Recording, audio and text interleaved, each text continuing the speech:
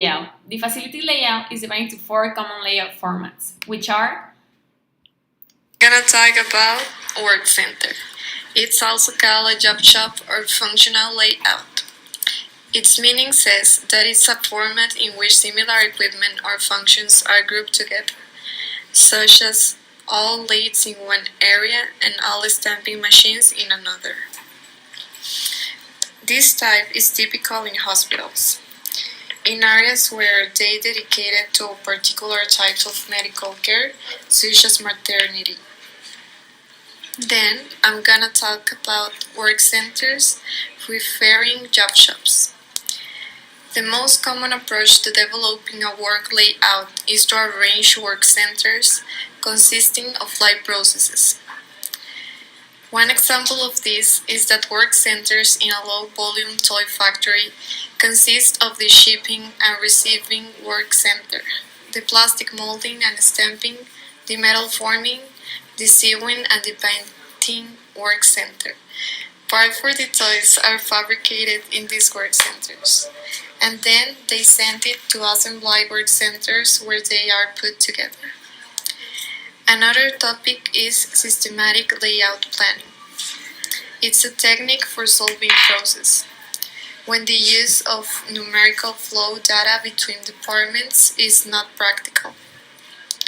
This involves developing a relationship chart showing the degree of importance of having the work centers located to every other work center.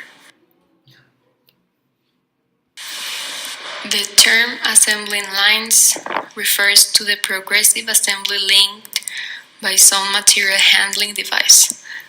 The important differences between line types are materials handling devices, line configurations, pacing, product mix, workstation, characteristics, and length of the line.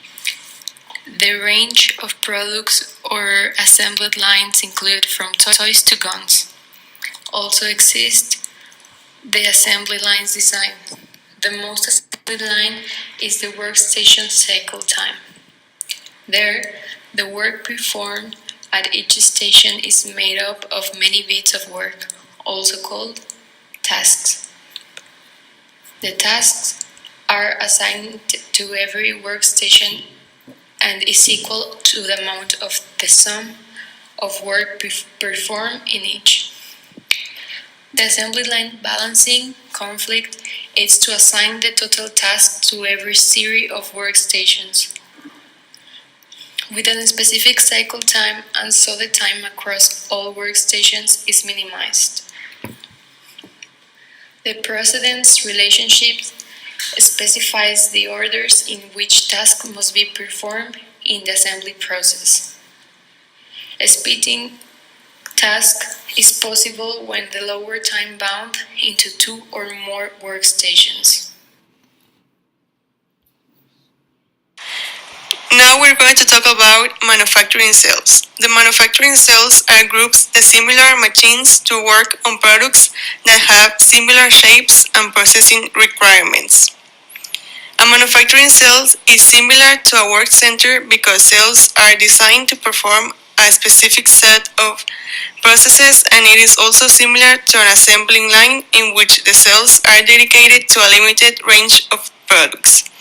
Now talking about cells, the manufacturing cells layouts are not widely used in metal fabricating, computer chips manufacture, and assembling work. The main reason for this is to gain the benefits of assembling lines in work center kinds of production. These benefits include these four things. The first one is better human relations. Cells consist of a few workers that form a small work team. This means that if the team works together, they complete units of work. The second is to improve operator expertise. This means that workers only see a certain number of different parts of the production cycle, and this helps them to learn quick. The third is less in-process inventory and material handling. This is when a cell combines several production stages, so fewer parts travel through the shop. The last one is the faster production setup. This is that fewer jobs mean reduced tooling and hence faster tooling changes. Now another topic is developing a manufacturing cell. Changing between a work center layout and a cellular layout entails 3 steps. The first one is grouping parts into families that follow a common sequence of steps. These steps require developing and maintaining a computerized parts classification and coding system. This is often a major expense with such system, although many companies have developed shortcut procedures for identifying parts families. The second one is identifying dominant flow patterns of parts families as a basis for location or relocation of processes. The last one is physically grouping machines and processes into cells. Often, there will be parts that cannot be associated with a family and specialized machinery that cannot be placed in any one cell because of its general use. This is a project where it have a low number of production units in comparison with work center and assembly line formats because they have a big production units. We can see the project layout as the half of the wheel with materials and equipment arranged concentrically around the production point. For example, rivets that are used throughout construction will be placed close to or in the hull. Heavy engine parts, which must travel to the hull only once, will be placed at a more distant location, and cranes will be set up close to the hull because of their constant use.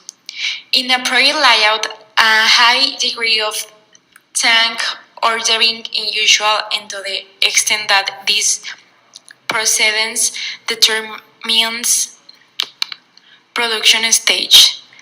As far as quantitative layout techniques are concerned, it may be possible to specify objective criteria and develop a layout through quantitative means.